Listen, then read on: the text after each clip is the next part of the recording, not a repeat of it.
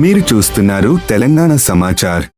లోకేష్ గారు ఇంకా ఒక అడుగు ముందుకేసి ఎక్స్ లో స్టేట్ ట్యూన్, నేను ఫస్ట్ టైం పార్టీ ప్రెసిడెంట్ గా మాట్లాడబోతున్నాను, ఒక బిగ్ అనౌన్స్మెంట్ ఇస్తున్నాను, స్టేట్ ట్యూన్ అని చెప్పాడు.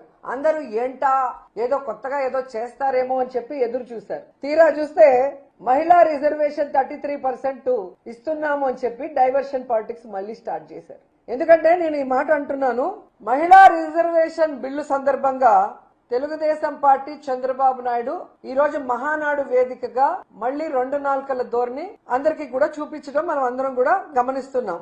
ఎందుకంటే పార్లమెంట్ లో మహిళా బిల్లు పాస్ అవుతుందని మొన్న మహిళా బిల్లుని ప్రవేశపెట్టిన సమయంలో డీలిమిటేషన్ పేరుతో కాంగ్రెస్ పార్టీ ఆ మహిళా రిజర్వేషన్ ని అడ్డుకున్నప్పుడు ఆ పార్లమెంట్ లో మహిళా రిజర్వేషన్ అడ్డుకున్న కాంగ్రెస్ నాయకుడితో మన టీడీపీ వాళ్ళు బ్రేక్ఫాస్ట్లు, లంచ్లు, డిన్నర్లు చేసిన మహిళా ద్రోహులు కాదా అని అడుగుతున్నాను. ఎందుకంటే పార్లమెంట్ లో జరుగుతున్నప్పుడు టీడీపీ మహిళా మంత్రులకి, టీడీపీ మహిళా ఎమ్మెల్యేలకి ఢిల్లీలో ఏం పనండి?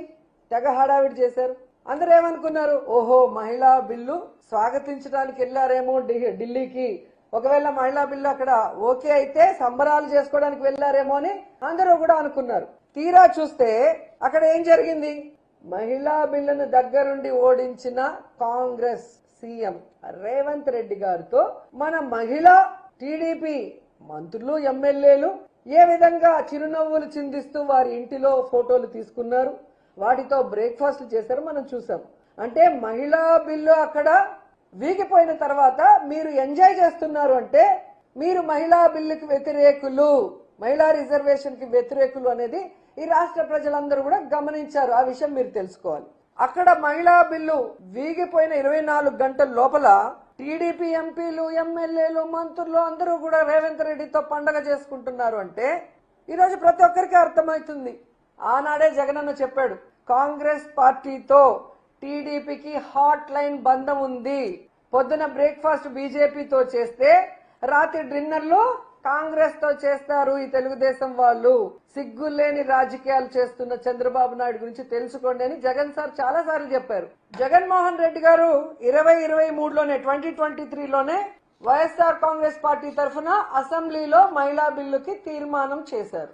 పార్లమెంటులో దాన్ని వాళ్ళు పెట్టినా పెట్టకపోయినా ఆయన ఏం చేశారు, 33% కాకుండా దాదాపుగా 50% వరకు జడ్పీ చైర్మన్లు గాని, మేయర్లు గాని, మున్సిపల్ చైర్మన్లు గాని, ఎంపీపీలు గాని ఏ విధంగా మహిళలకు ఇచ్చి ఆశీర్వదించారో అందరూ కూడా గమనించారు.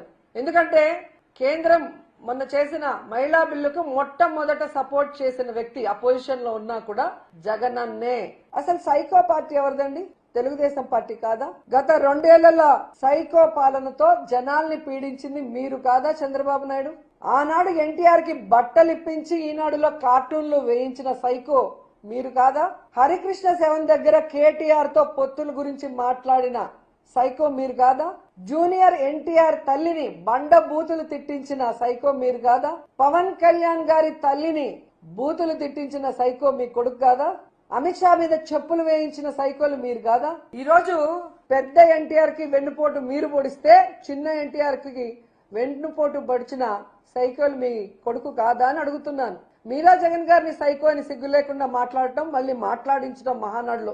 మీరు మాట్లాడినన్ని అబద్ధాలు, మీరు చేసినన్ని మోసాలు ఎవరు కూడా చేసి ఉండరు. కానీ కక్ష సాధింపుతో ఈరోజు కేఎన్ఆర్ గారిని తీసుకెళ్లటం ఈ రాష్ట్ర ప్రజలు చూస్తున్నారు. తొందరలో మీకు బుద్ధి చెప్తారని కూడా ఈ సందర్భంగా తెలియజేసుకుంటున్నా.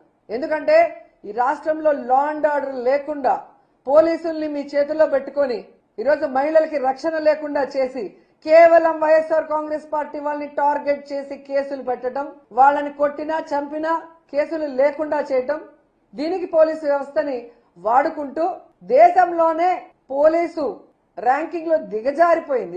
ఈరోజు హింసల్లో, దాడుల్లో, దోపిడీల్లో, అబద్ధపు ప్రచారాల్లో తెలుగుదేశం పార్టీ ఫస్ట్ ఉందన్న విషయం అందరూ కూడా చెప్తున్నారు. సర్వేల్లోనే తెలుస్తుంది. ఇంకైనా సిగ్గు తెచ్చుకొని రాబోయే 3 సంవత్సరాల్లో అయినా ప్రజలకు ఇచ్చిన హామీలను నెరవేరుస్తూ అభివృద్ధి చేస్తూ ముఖ్యంగా మహిళలకి రక్షణ కల్పించండి అని కోరుకుంటున్నా.